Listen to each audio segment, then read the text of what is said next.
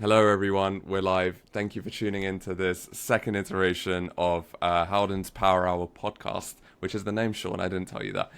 But yeah, it's the Power Hour podcast. We've got the first one recorded. This is the second one.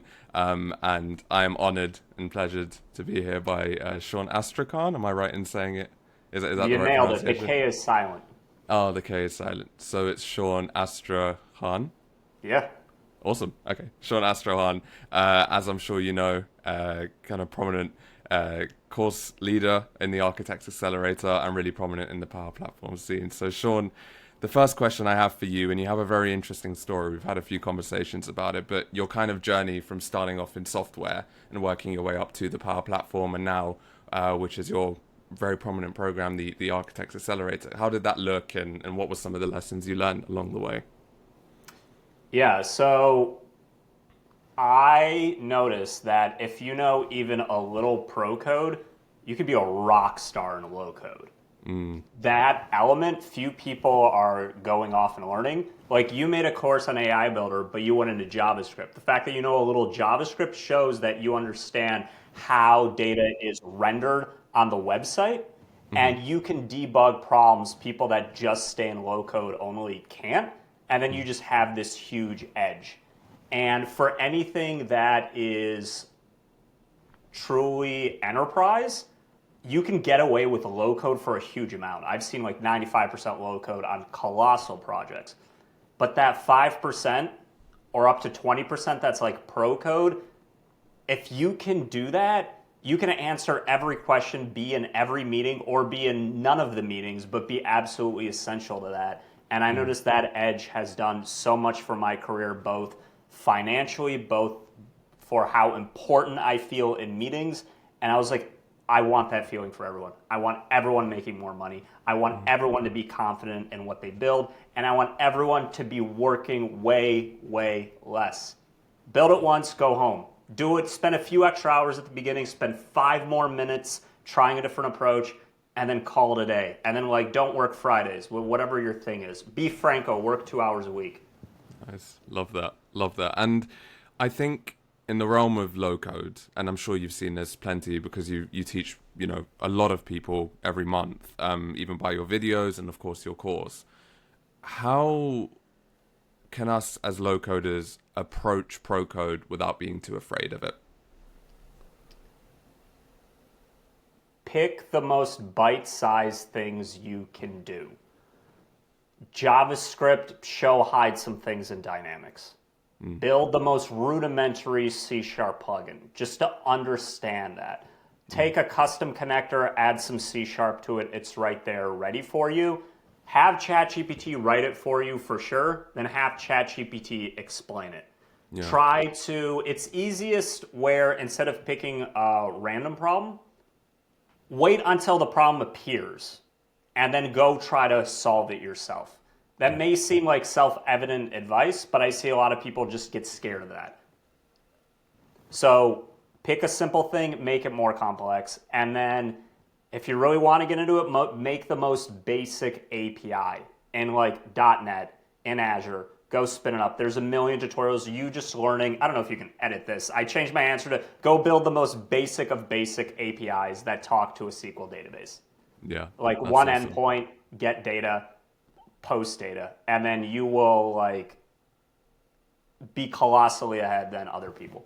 Yeah, absolutely. And you mentioned ChatGPT there, which is it's really strange for me because a little background around me. I graduated not too long ago, a few months ago, and I was in university when the ChatGPT revolution, if you call it, blew up. It was the fastest growing, I believe, web application ever. Everyone was talking about it, and of course that evolved into the role of generative AI that's playing now.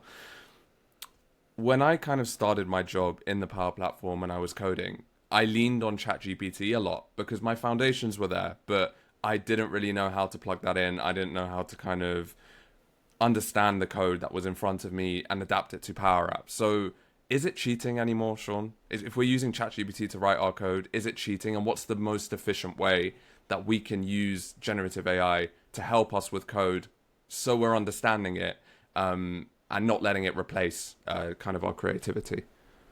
Yeah. Not to be annoying, what does cheating mean? It's not all coming from you, No, but neither is anything. Like, that's a if good point. it's, I Yeah. don't see how that's different than like another architect leaning over your shoulder saying, hey, go do it this way. Yeah. So, not at Or, all. or even looking at Stack Overflow, which is what devs traditionally did in the past anyway. For sure. I think you hit on a different problem, which is if it's helping you, amazing. If you don't know what it created for you and you're putting that into production, like, wow, you Yeah. like risks. Like you're gonna that'll be a serious, serious issue. If you can't solve that when it's a fire, what Mm. during development time and you have that window to tinker with and figure it out. If you just copy and paste it and then like leave, like later on when that actually becomes an issue and then you have to solve it within a few hours, that'll be terrifying. Yeah, yeah, absolutely. Yeah, and I think I really like when you said use ChatGPT to explain the code. Don't just make it write it for you. So then you're learning while you're kind of using the generative AI. Okay, I'm glad we touched on that because that was something that never sat right with me. But I always thought about when the search engine came out, and I always like using this analogy, but when the search engine came out, I wonder if the people who didn't have to go and look at books anymore to find the information they needed thought they were cheating. But I suppose not. We adapt with the technology, and I feel like it's the same with generative AI. Okay, awesome. I mean, I had some questions for you, and especially around entrepreneurship, because the way you've approached things has always interested me. Like, I came into the Power Platform space, I had no idea where to look for stuff. I was on LinkedIn, looking through social media, and most of the content looked the same. It was article after article after article, and then poof, I see a short video, a man with glasses behind a green screen speaking, and there were explosions happening, and there were power apps was flying across the screen, and SharePoint was happening. So I guess my thought process is you brought such a different kind of different character to the Power Platform game. And where did that kind of start to say, all right, I think I'm going to be a little bit different in the way I'm creating my content? Because maybe it wasn't something conscious on your end, but it's something that I definitely saw. So where did that inspiration come from? First of all, I'm honored you noticed that. Thank you very much. Absolutely. I wanted to stand out and I wanted to have fun. And if I'm being honest, I wanted people in my course. I put a ton of work into my learning modules. I put a ton of work into making it incredibly understandable, not in a short period of time, which we do, but mostly that you can hold on to that information forever.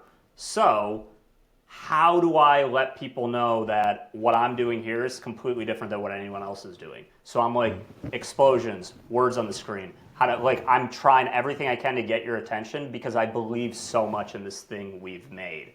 And it's fun. And I want to show also, I think subtly, that when you're doing something well and you're very confident in it, you could do things like wear a bow tie, be a little ridiculous. You don't have to follow this like corporate structure and everything.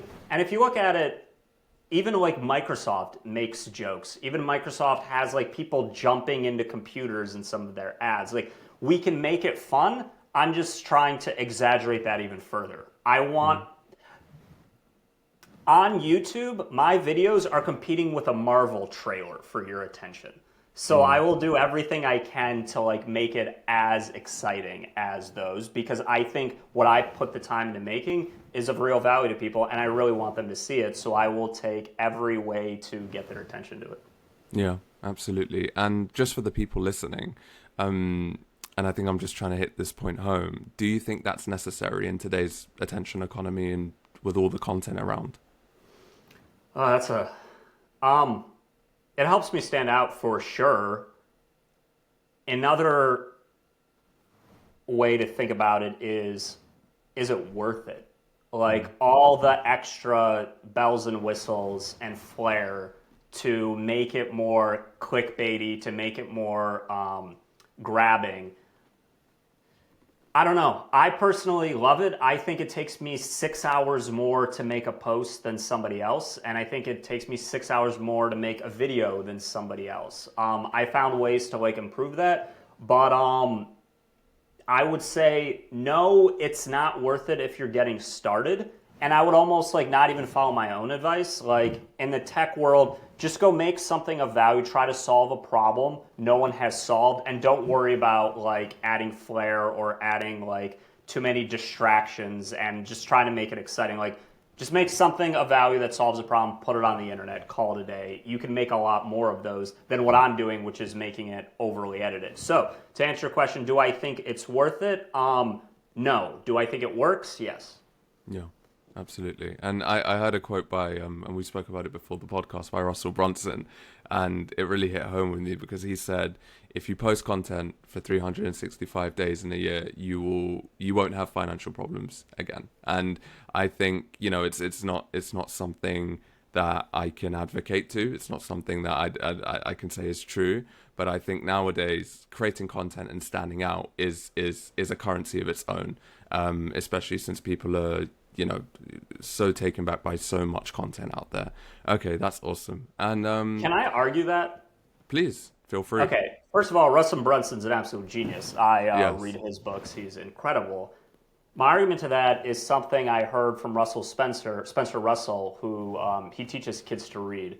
And what he said is, if you're a bakery and you batch make all your cookies, the analogy being you batch make all your posts. If you have a crappy cookie recipe, you just made 50 bad cookies. Good job. He says for someone to take the time, do a lot of research, try to make a really good video, that takes forever. So no one's doing it. But that video, if done right, or that blog, whatever your podcast, if you put in all that extra time that nobody else is doing, like that blog and podcast can live on in the future and just keep getting attention. So for me personally, I can't handle the pressure of posting every day. So like this is how I make myself feel better. Yeah, fair enough. No, that's awesome. And like, I think there's arguments in both camps to say, and you're very consistent in the sense of you make good content consistently. Like I'll see a good piece from you at least every week. You've got your Architects Accelerator going. By the way, if you haven't checked it out, check it out. It will level up your skills. It will teach you to think a different way. It definitely did mine. Link will be in the description 100%. And you can do that consistently. I think the people I've spoken to, they really struggle with consistency and with getting into a habit. And if they put too much friction between themselves and then making that content, you'll see content from them once every 4 months, once every 8 months. And it's really difficult for them. So I guess that leads me to my other question. How do you stay consistent? Where do you get that from? That work ethic, those I'm going to habits? quote you, Howdang, on that one on your Sprint Zero podcast where you're like, dude, nobody cares about your stuff. Just get it out there. Like, nobody cares. And they don't. We care about ourselves. We see a post, it's either interesting or it's not, and we move on. So Exactly. to quote you, get it out there. Get something out there. I think a great thing to do is create some trash. Just make a rough version, send it out. Like, are people even clicking on it? Like, I had a whole idea to compare Power Automate to Logic apps, but I was like, dude, do people even care? So I just made like a quick guide of Power Automate versus Logic apps in just pricing. Let's just do the pricing. Throw it out there. It got clicks. So boom, I know I'm going to continue with that. I got another one where I'm talking about how Power Pages can be more cost effective than model driven apps because it's like it's $200 for 100 people. So if you can follow that, like to me, that's a really exciting topic, but I don't know if it is. So I'm going to make a quick graphic on it, kind of like you do. You're posting every day. Just make some quick like trash, get good at making quick trash, and then seeing what is sticking. I think that's a great, I know that's completely contradicting what I said earlier of like put in the time, but it's like you want to put in on the time on something that's actually going to be worthwhile. And for all these people that are new to the game, just go start making stuff. Like find your voice, get comfortable seeing what sticks, and get comfortable with nobody liking your stuff. You're going to get 2 reactions. You're going to get 3. You're going to feel horrible about yourself, and then you keep dealing with that. Yeah, absolutely. And I'm sure you know this better than anyone because you are an absolute genius in terms of the things you do. You know Spanish. You have your own business. I feel like you're very good at learning things. I feel like I heard you once on a podcast. You said as soon as you learned how to learn, things changed for you. And I think that's absolutely incredible and important. And yeah, I think it just attributes to your work ethic. I mean, on that, it seems like it's almost like a mini validation that you're doing. You're putting a bit of effort, you're putting that out there, you're seeing if it gauges some clicks, and then you're doing the big piece. And validation is such an important part of business. And you, as a successful entrepreneur, have started your own business within the Power Platform scene. So I'm eager to learn a little bit more about that. Have you always dreamed of having your own business, and where did that start? I'm genuinely curious. It only started a couple of years ago because I've just been opinionated at work, and I thought I could do things better, and I thought I was smarter. So, put your money where your mouth is. So I decided to try something. I don't think I could be a phenomenal consultant. I think I could be a pretty good one, I'm sure. But I guess my advice as an entrepreneurship is pick the area where you shine above the rest. Like, if you take the best architects and we try to come up with the best architecture, I'll be like in the middle. Like, I'm not particularly phenomenal and I'm not bad. But I know so many, like Chris Piasecki, Frank Shin, like they are stunners. Like, I can't hold a candle to what they can do, so I collaborate with them to learn from them. But what can I do is I can explain complex topics in a way that people understand and then can go and apply it after I explained it. So they understand and can apply it. And I've met very few people. I feel very competitive in that space. I feel like I can go with the best. So I picked a business where I know I can stand out. That's my approach. Doesn't mean you have to do that. Maybe you just have a good idea. But it's like figure out where you can stand apart. Like, you make amazing graphics. Keep making amazing graphics. I don't really make amazing graphics, so I don't really go for that. Versus if you're a really good writer, don't make video. Like, stay in the area where you can stand out. Yeah, play to your strengths, 100%. And I feel like there's a lot of lessons you can take, and this is from any entrepreneur, but especially you, who is so open about your learnings and your mistakes and kind of your findings within the course that you teach. So how did that journey look, starting the Architects Accelerator from the beginning all the way up until the success that it is now? Last time I was in your cohort, I think we had 40 people showing up to a live calls, which was amazing. And I don't know how many other people signed up who weren't joining those live calls. So how did it start, and what are you excited for with the Architects Accelerator? Yeah, and this will add on to what I just said, wherever you can stand out, play to your strengths. Also make sure people even care at all. If you're making a ton of content around, like, I don't know, access databases, you're making a ton of content around like JavaScript and dynamics, like, I think that's cool. Do other people think that's cool? Probably not. I don't see a lot of posts around JavaScript and dynamics. I see people as like going for other approaches or not really going into that sphere. So if you're not getting a lot of traction, even if you're really good at it, like, you need to switch. I originally wanted to make a course to help beginners. It's a huge market. It's that's where there's a ton of money to be made. People who are brand new to Power Platform. It's harder for me to stand out, so I picked. I just tested out, like, what if I made an advanced program? What if I made a program around solution architecture? And when I started, and this is key, I interviewed a lot of people. I talked to a lot of people. I'm like, what course do you want? What are you interested in? And of course, nobody knows what they want until you show them. So I was like, what if there was a model-driven apps course? And they're like, that's kind of cool. I was like, what if there's a solution architecture course? They're like, whoa, what is that? And then they started to like get excited. Like, you just made a post recently on becoming a solutions architect, and you had the highest reaction count of anyone I've seen. You had like over 600. So it's like there's interest in this area. It's also a very hard area to teach because it's complicated. There's a lot of things involved, and it's a lot to do. So once I proved out that this idea worked, after talking to a lot of people and measuring how they responded to stuff, that's when I went full blown with it. And I have to thank Neil Benson for saying, definitely teach advanced people. There's not enough material out there because it's a much, much smaller market. Like, you're distinguishing yourself where you're going after a lot of beginners in the course you're about to start, but where you're separating it is like you're trying to be more holistic, and you're basically saying, Power Platform's confusing. Where do you even start? Are certifications worth it? All the questions newcomers ask. You're not just like, hey, you want to learn SharePoint? Here it is. You're like I'm going to take care of you at the beginning. And I'm like, sweet. I haven't seen someone do that. I'm sure you'll be successful at that. So it's find what you're good at, and then also make sure anyone even cares about this.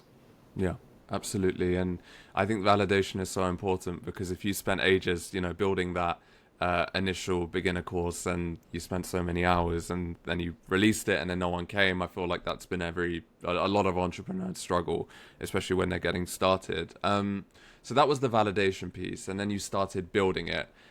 And once, I guess I want to understand how that process looked. Like, when did you get the green screen? This is a question I think everyone wants to know. When did you get the green screen? When were you full in? And then, how did that process look up until the point where you released it? What was that traction like initially? It was terrifying. I didn't think anyone would join. I would hope they would. I see this a lot. People don't want to release their course because they feel like people won't buy it. And you need to be ready for that. They might not. You might have a bad course, or you might have a great course and a bad website. You might have like a great website, great course, but the topic isn't of interest, and you have to be comfortable with that. For me, I took no chances. I lost a lot of sleep, and I made the early version of the course, the first one, like very well edited, very like I made sure that if anyone trusted me enough with their money, they were going to get their money's worth like tenfold. So that first version, customer support was through the roof, answered everyone all the time within seconds. Now there's like up to 2 days before somebody gets an answer to their question. Unfortunately, luckily, we have other people on our staff now who answer them, so it's not just me. But to answer your question of how did the journey begin, it was, if you can get anyone to actually trust you with their money, like, you better give them the royal treatment, the red carpet, like, give them everything, and make sure like you get that. The key thing is you get that testimonial out of them. Get them to like go recommend it and put in your all in it.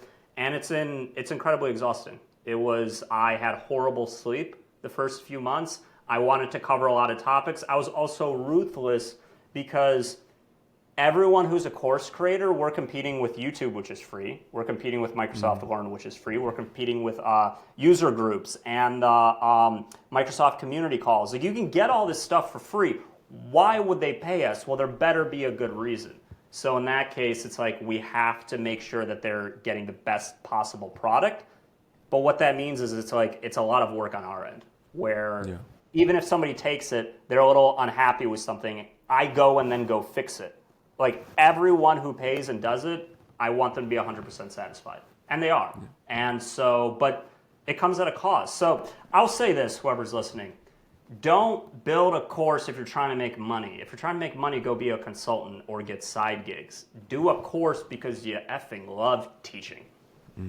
Yeah, absolutely. And I think that will probably hit home for a lot of people, because I think nowadays everyone has a course. If you look at YouTube, if you look at the influencers, everyone's course and their dogs is getting shoved down your eyeballs. That's all you're seeing. So I think you raise an interesting point. Now, I kind of want to take a bridge into consulting and contracting, because you were a contractor before you went into the entrepreneurial world. So what was that like for you? And would you say you were someone kind of in the middle of the market? I'm not asking how much you made, but would you say you did quite well? And I feel like people would like to know how you built yourself up, even as a contractor or a consultant within the field, and also how you negotiated rates in that way.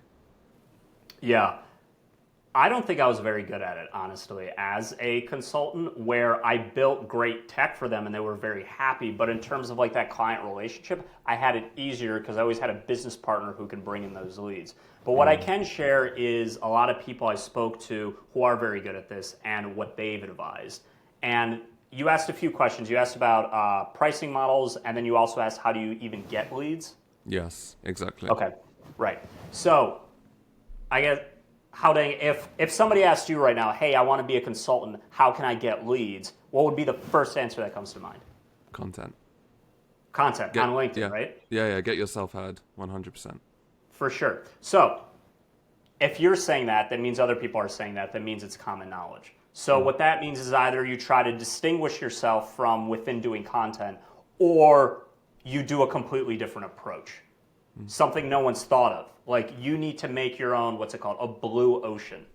So one strategy is, a friend of mine did this. He went right into, if he goes to the Power Platform conference, he's not getting leads. It's just a bunch of other nerds, and we're all hanging out together, high-fiving, geeking out about like low-code plugins.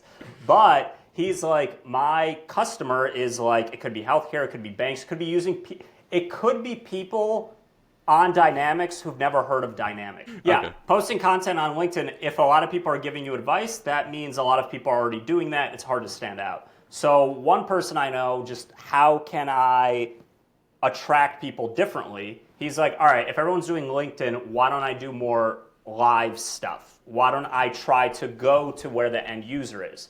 So what he did is he started to go to like healthcare conferences. He didn't go to developer conferences. He went to healthcare conferences, and he's like started people who've never heard of Dynamics, and he would just start making connections there and trying to understand their business, and then say, oh, if you're trying to do X, Y, and Z, well, actually, there's this tool called Dynamics that can help you with it. So he's not just like posting content about Dynamics, because these healthcare people would never, ever see that. But instead, he went right to the source to try to like connect it to him that way.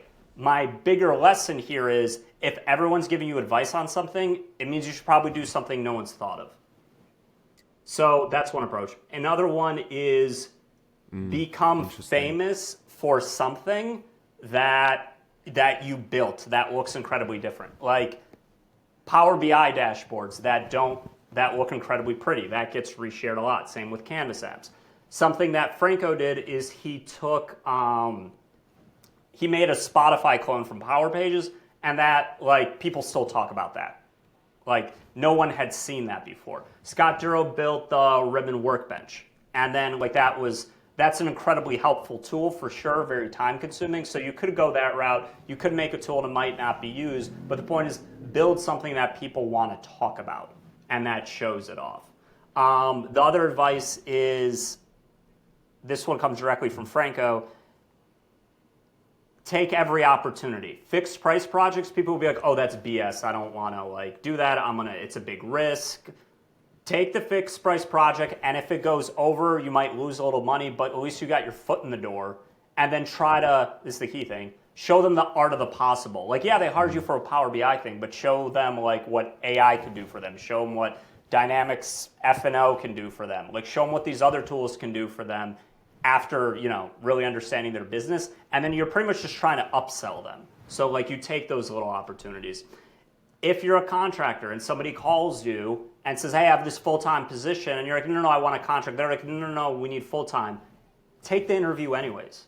Speak to them. Try to convince them, try to seduce them to hire you as like part-time contractor and explain all the pros and cons of that. So the point is, if someone's willing to talk to you, don't dismiss those opportunities. Take every single one. So starting out early, that would be my advice from what other people did.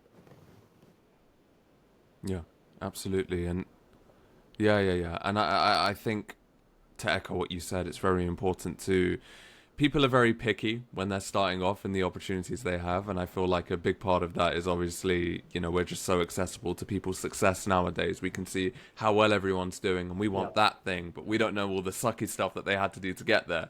Like I used to lift furniture in central London in the blistering heat, which was horrible. I hated that job, but I had to do that sucky job because it got me to speak with people more. It got me better with people. I used to be super introverted. I feel like now I can ask good questions and those sorts of things, because I was always so nervous of the people watching me build the stuff, because I don't know how to build anything. Like putting a sofa together, like I was like 16 at the time, I had no idea how to do it. So I was like trying to take their attention away from the horrible work I was doing by asking them more and more questions. And like, that's the story I like to always say, because sometimes you have to do some sucky stuff to work your way up. And maybe it won't be that. Maybe it will be, taking that fixed price project and working a bit over, and you'll learn that lesson and you won't do it the next time. So I think learn your lessons and just don't repeat the failures, I think. So that's awesome.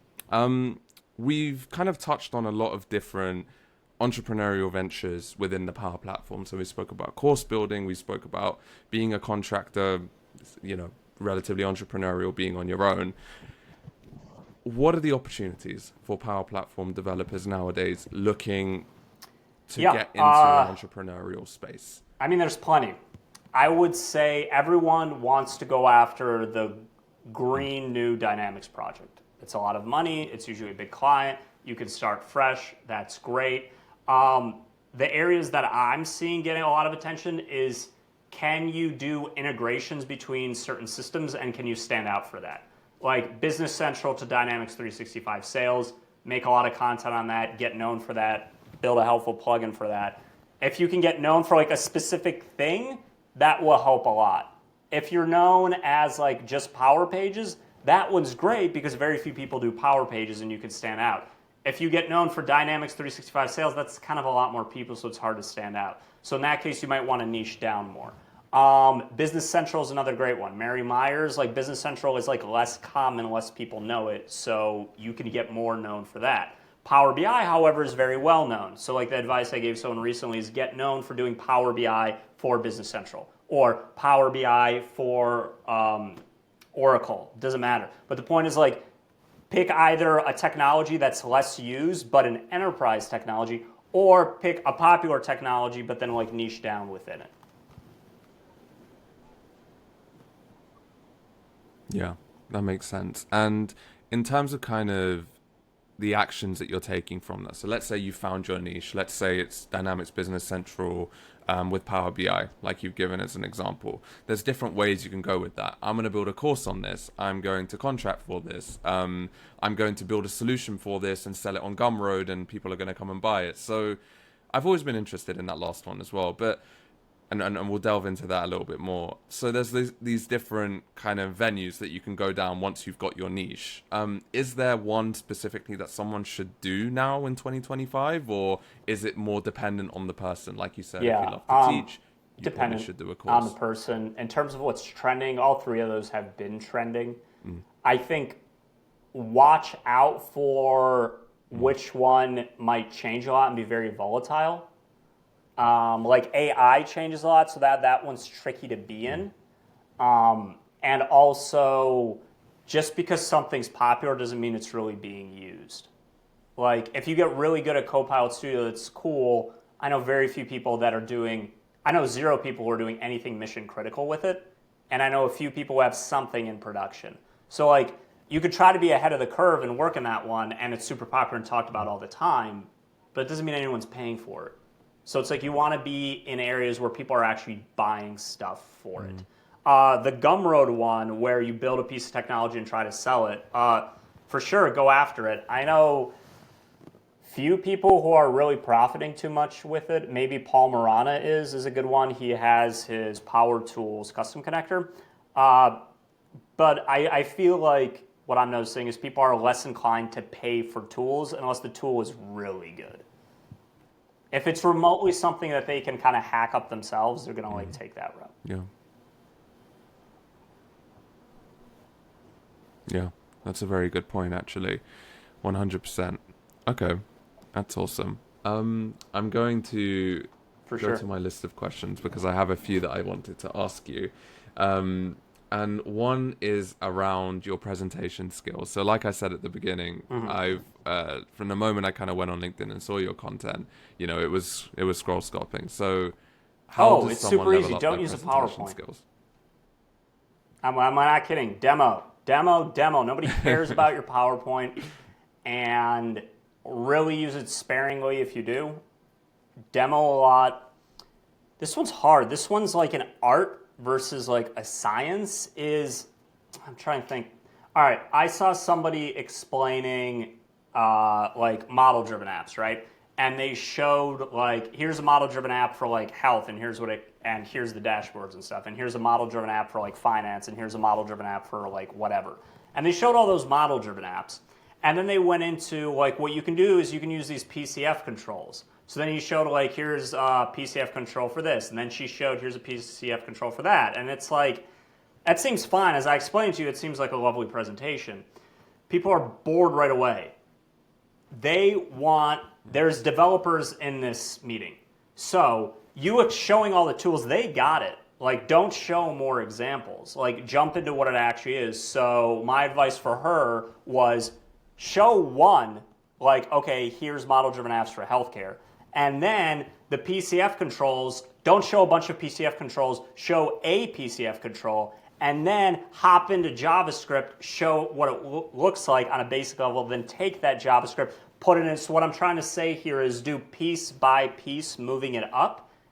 And that's an art. I don't know if that can really be taught. Like the fact that that's not common sense for people is, it's tricky. I think it's like a gift. Some people have it, some people don't. I know I'm not saying anything that's helpful. So someone who wants to level up their presentation skills, I'd say do one of two things. Demo as much as you can. Don't use any slides. And if you can, try to call on people in the presentation. Try to engage the audience. Ask them questions. Has anyone done this? And don't ask them basic crap like, hey, do people think Power Pages is useful? It's like, yeah. Like, why are you wasting our breath? Like, instead, is Power Pages worth the money? When is Power Pages like a poor idea? Like something that can like get them thinking, get them talking.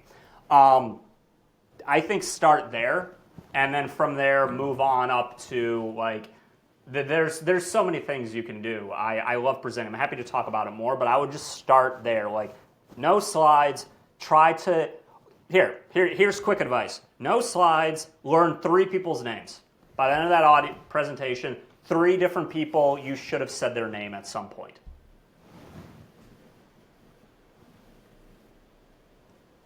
Love that. And I actually wanted to bring that up with you because I remember when I joined the Architects Accelerator live calls, I was so locked in because as soon as we started, you were getting people to introduce themselves. Like from the beginning, you were getting people to actually speak. And I was like, I'm not going to lie, I came into it not knowing what to expect, but from the first moment to the last, I was dialed in because I was like, he could call on me on any time, and I'm going to look dumb because I don't know what he's talking about. So you keep me engaged in that way, and I think it's a great For sure, way. yeah, So shame tactics. that one's just, that one works because you paid to be there, Okay. but like in a user group, people are a bit more uncomfortable, so you gotta be classy when you call on people.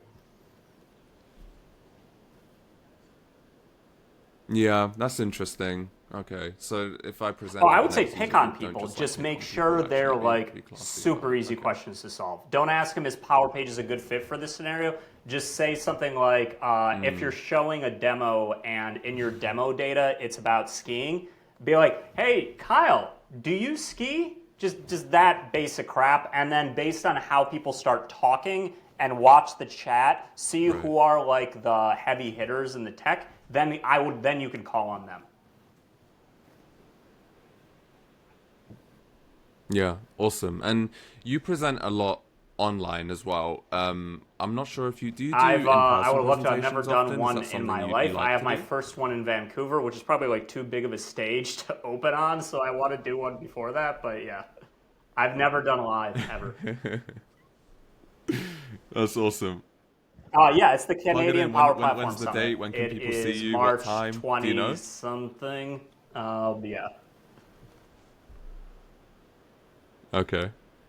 Awesome. Okay, well, we'll try and find the link and put it in the description. But definitely see Sean. He is awesome at presenting. That would be awesome. Okay, amazing. One of my other questions was around how you determine your pricing model. So we can split this out into 2 parts. You have your own business. You've set a price there with the course that you're doing, the program. Very comprehensive. It's a very good deal. Highly recommend again. And the second option is a contracting. So setting an hourly rate, project rate. You've kind of got different options there. So let's tackle the kind of general contracting one, and then we can move to the so entrepreneurial when one. I've So how did you use contracted the for that system? price, you don't want to be known as the cheapest. If you're doing that route, like, that's gonna suck. So you're probably not going to be able to pull off much more than definitely very rarely more than $300 an hour. You can pull that off if you're known for a very specific niche thing, and then you can give a fairly clear estimate of when that could be finished, and then you could argue those prices. It's just, as a first relationship, no one's going to trust you for like $300 an hour. Like, you better really deliver or come as a referral. Or if you're really known for like a specialty, like Power Pages, Business Central, something that less people know, you could stand out there. I know how to integrate Business Central with like QuickBooks or something, like, or even more niche, more specialized, then for sure you can charge that. Surprisingly, people think something is more high quality if it costs more. So definitely go raise your price in certain cases. I think you'll be surprised how often you can say a really high number and people will be like, yeah, okay, where do I sign? So in terms of pricing, I guess what I'm saying is how I choose it, depending on the client, I try to say like a really ridiculous number. Like the other day, somebody contacted me for training and it was just like this weird one around security. And I'm like, it's going to be $300 a person. I just kind of threw that number out there. And like they agreed to it, they signed. And that's because they think they're, with that much money, they're going to get something super amazing. And they did, they're satisfied. They're happy, and I'm sure they're going to recommend it. But that's one of those things where don't be afraid to price it really high, because it puts people in their head one of two things. A, this person's a scam artist, or B, this person is going to give me something so quality I don't have to think about this problem anymore. Like, I'm going to pay this, and then that problem has disappeared. So if you can come off not as a scam artist and someone who can back it up, like it can work out. Yeah, definitely. And kind of on that, I kind of want to bridge to that, because you mentioned something interesting there, at least to me, which is people literally coming up to you and asking for you to train them for a very good deal. So is this a case of just getting yourself out there for people to do this? Is this something you offer kind of to businesses, or is it something that you kind of that do one was a one-off? one-off. I think it's important to also say no to work. Like if it's certain trainings that's like a little weird or going to take time away from the other thing I'm doing, no, I don't do it. So in this case, my whole thing is get as many people in the accelerator as possible. Doing like specific trainings for certain companies that are like one-offs, if it takes too much time, like even if it's a high amount, I'll sometimes deny that, because I know my long-term path is like, no, just get people in here. This is really the one that's going to be most beneficial to the most people and the most profitable. Yeah. Okay. Awesome. I think my last question is kind of the roadmap. So I think we spoke about Power Platform developers getting into entrepreneurship. So if you had to give a summary, just the key takeaways, because people love this kind of quick stuff nowadays. So if you said the 5 things someone would have to do after watching this podcast to kind of get their business from zero to actually off the ground in 2025, what are those 5 things? Get a pretty website. They'd have to do. Make it pretty, make it nice, make it stand out, make it so you don't look cheap and poor. Have as many portfolios and case studies as possible, because when someone visits your website, ideally you've already solved their problem. With that, don't just brag about how you solve the problem. Create as many resources as you can to help others solve the problem. We need 5. Oh yeah, the 4th one is get lunch with a new person at least 3 days a week. Yeah, like sure, post content, but like meet as many people as you can. And then number 5, test out your tagline or what you do on as many people as possible, and do not ask if they like it. They'll all say they like it. Read their face. Do they get excited or do they not get excited? And make it so I can describe what you do in like 1 to 2 sentences. Like how Dang trains people who are brand new to Power Platform, not sure where to go, but he provides the whole package, answering all the tricky problems from certificates to not certificates to getting your first job to breaking into the industry. Yeah, that was like 5 sentences, but like I understand what you're trying to do. And I need to be that easy with somebody else. If you just do Power Platform, everyone does Power Platform. That's not of help. Yeah. And I'm definitely going to use that last one because I think if you go and actually speak to the people, you can Yeah. read it on their face if they're genuinely excited. That's really interesting. Okay. I love that. And you glanced on something, and this will be my last question, but it's around networking. So you said meet people. I think you said meet two different people every week or every 2 weeks or something like that. Um, how important If is they're your actually ideal having those customer, it's critical. conversations?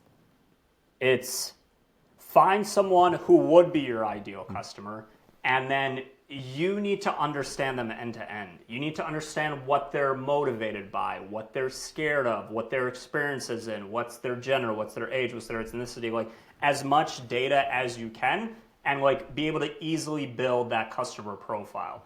And then what you're gonna do is on your website and in your blogs, you're not gonna like write why this is so great. You're gonna literally plagiarize what they just said. What they're scared of, use their exact words. Most of my material comes from like what other people have told me. So that way they not only see themselves in your content, but other people who are similar see themselves because you're not them. You don't run a healthcare company. You know how to do Power Platform good, but you know how to speak healthcare because they just said it.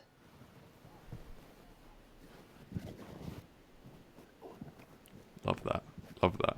And I think that pretty much wraps up my question, Sean. So I always like to, at the end, give you an opportunity to roll out the red carpet for yourself, so to speak. Let the people know what you're up to. Let them know where to find you. When does the next Architects Yeah, we Accelerator start program February start? 28th Please, is the next floor one. is We have a yours. 40-person limit, so sorry if you can't get in. We'd love to have you in the one after that. You might be waitlisted, but thank you for even listening to this and for sharing our stuff. It's awesome. And thank you for Howdang for having me and for doing everything you do for the community. Your content is clearly very, very helpful to others. And the fact that you put so much time in it, I think shows.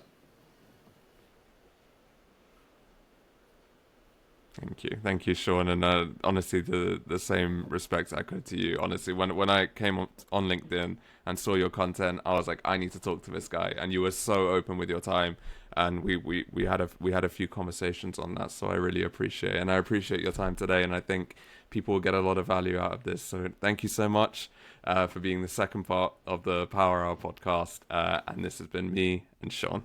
Thank you for listening.